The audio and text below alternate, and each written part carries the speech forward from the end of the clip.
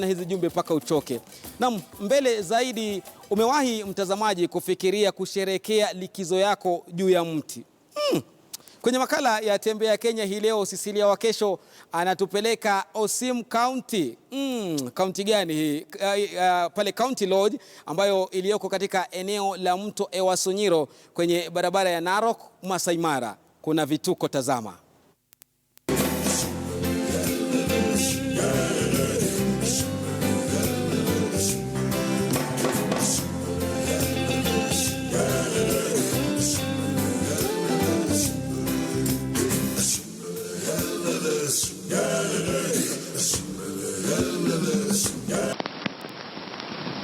Karibu katika hoteli ya malazi ya Osim.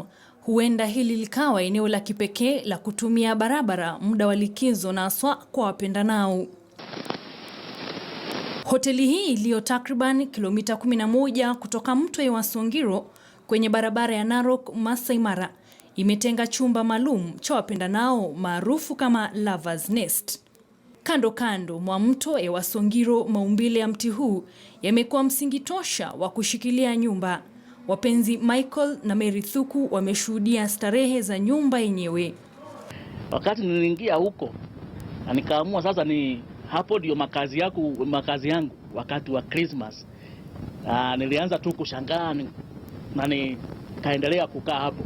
Usiku unasikia tu ukiwa kwa kitanda ni kama uko ndani ya ndege, miti ikipepea. Yaani ile turbulence inakuanga kwa ndege, unaisikia tu. Hapa asubuhi nilikuwa ninaamshwa na ndege.